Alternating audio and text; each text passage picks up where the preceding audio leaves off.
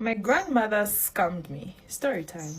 All my life, it has always been my grandmother and I. My grandmother started taking care of me even before I was knowledgeable enough to know that I live with my grandmother. Let me preface by saying that my father and mother were never married. I was just born out of wedlock shortly after I lost both of them. My mother passed on during childbirth, and then my father equally passed on a few months later in a road accident. So all I know is their history, but I never got to meet any of them. At least not when I was old enough to actually even remember their faces, their personalities, so I know nothing about my parents.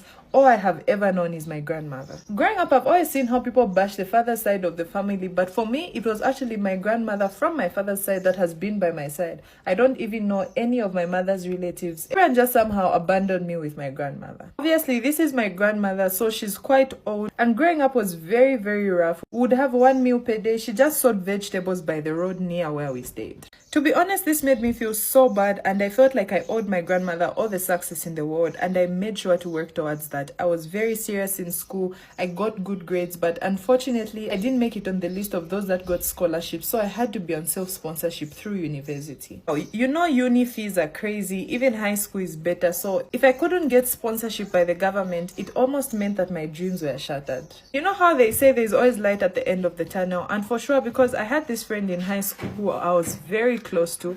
So after completing, her aunt ended up saying that she would take up my fees and that she would be responsible for paying everything that I needed during uni. Honestly, this woman was just proof that good people do exist, because this woman has never met me. My friend just told her my story and she decided that she would pay for my fees. And for sure she stood by that, because in school you wouldn't even know I was coming from a struggling home, because I was living in a nice hostel. I had my fees paid on time, everything, the phones that I needed for school, the laptop, she got it for me. Honestly, this woman was truly my silver lining, because without her, there's nothing I would have done and I wouldn't have gone so far in school. But you know, when you're having fun, things do come to an end quite quickly, because in my final year, in my first semester, this lady, who I now call my aunt, ended up passing. Honestly, apart from the fact that I knew that at this point my life was basically done, I wouldn't continue with school, I was just very hurt about losing this woman, because she truly became like a relative to me, despite us never meeting once, because she was never in the country. Anyway, after that semester was done, it was time to go home, because I had no one to pay for my boarding fees, I had no one to give me upkeep, I just had no one to take me through school anymore. My grandmother was still struggling, just selling vegetables by the roadside. Now, quitting school in final year was such a blow, and I was very determined to do anything to make sure I complete, because it was just a semester left, just 6 months. I needed money for one semester and just my boarding fees, and everything would be fine. This period of my life was so hard that I ended up doing minor jobs to try and fend for myself through school, but it was impossible, because the monies I was making were so little, they were not even a quarter of what I needed. But if I tell you I was doing my best, I was literally doing my best. I would mow people's grass, I would literally even polish people's shoes, I would go to factories and help with the lifting of things from trucks to the warehouses. I did everything just to make ends meet, but I guess it just wasn't my time. Anyway, while I was going through this struggle, I received a message on my Facebook, and you know, message requests are not really something that we look at like that. So I see that I have a message request, but I don't really get to reading it, because mostly it was just people trying to be silly in my inbox. So it wasn't something I paid attention to. And then one day, like maybe even a week later after receiving this message, I just felt compelled to just read it, because the man on the profile picture was elderly. So I wanted to see what was this man talking about. And funny enough, when I read this message, this man ended up being someone that knew my dad, because he told me to say he had a cousin a long time ago. Bear in mind at this point I was 24, so meaning he knew my dad at least 24 years ago, or at least that's when he last saw my dad. He asked me if by any chance I knew a man by the name of my dad. I confirmed, oh, that was actually my father. He passed on a long time. And then he was shocked that my father had actually left a child. Anyway, it was just nice that I managed to reconnect with someone who was my dad's relative, because the only relative that I had ever known was my grandma. And you know, after not talking to someone for all their life, you would obviously just want to catch up on what's going on. He asked me what I was doing.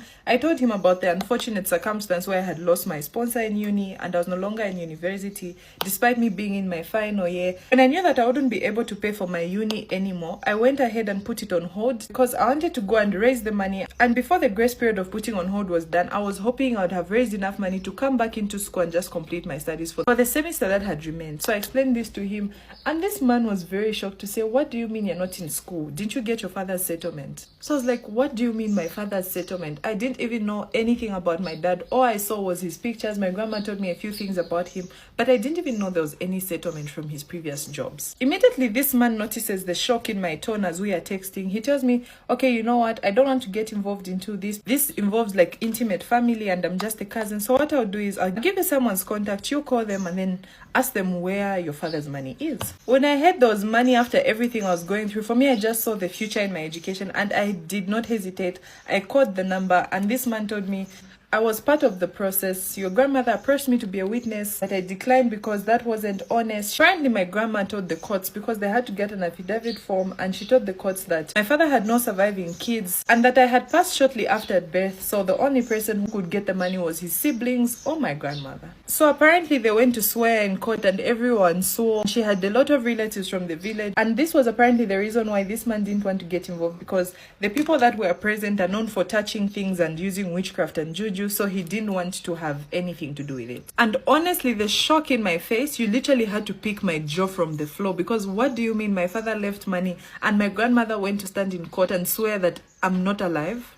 For a minute, honestly, I just thought these people were playing games on me. Because of how my grandma had raised me, I felt like it wasn't fair that I was just going to trust a stranger online over someone who's kept me her whole life, fending for us through selling vegetables. Now there's so much money, she's going to lie to me. I just didn't want to believe the bluff. I mean, my grandma literally saw me going to those factories to work, saw me work those small jobs just to raise even less than a 10 kwacha. What do you mean you're telling me that she knew all along that my father left so much money and she went to claim that I was dead? But anyway, at this point, even the grace period that I had to return to school after putting it on hold had passed. So I was very upset that if really my grandma did do something like that, also I needed to make sure before I could even react. So I chose to confront her about it. I knew that my grandmother loved money, but I didn't think she would betray me because of money, because she's kept me so well. But anyway, I had to ask her very strategically because I had no proof and she could easily say no, and then what? So I told her to say the courts called me to say that you were there and you went to claim my dad's money. Is this true?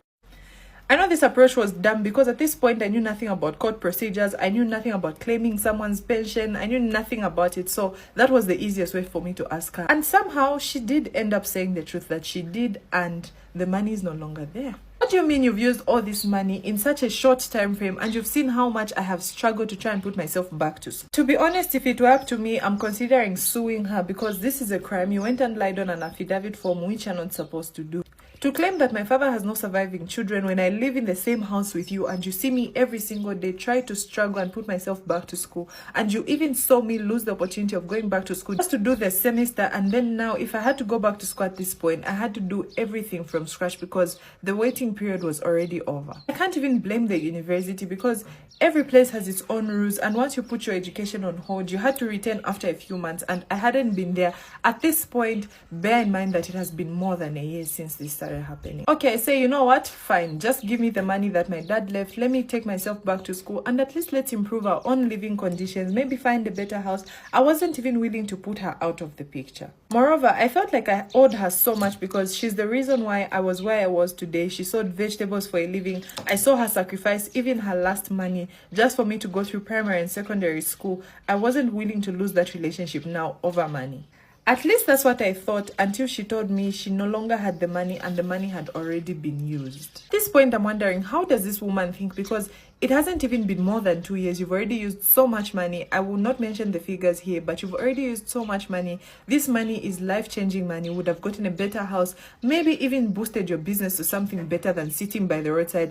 Bear in mind, she was still sitting by the roadside, even at present, even after getting so much money. So the next question obviously would be, where did you take the money? And according to her, she used it on her children. She bought herself a farm that I am not aware of. I never knew that this woman even owns a farm. Actually, not even one, multiple farms, and then she's even building on one of them. But she couldn't complete the building because the money finished in the process. How exactly did you waste this money? Because you can't even manage to build a whole house before the money is done. Honestly, this whole thing just put me in so much disbelief because I have lost the 3 years and 6 months what I had done through uni. I can't go back. I have tried to negotiate with them, and even if I do now, the money is no longer there. My plan is to sue her, but again, I feel so bad because she's quite old, and if anything bad happened to her, I would still feel so bad. Remember, she's very old.